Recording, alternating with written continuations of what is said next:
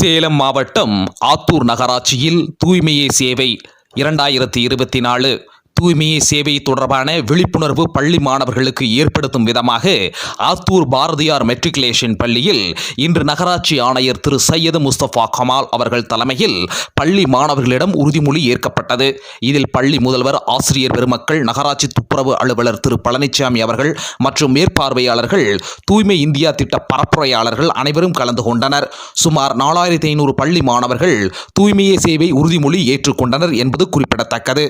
செய்திகளுக்காக சேலம் மாவட்ட நிருபர் ஆத்தூர் செல்வம்.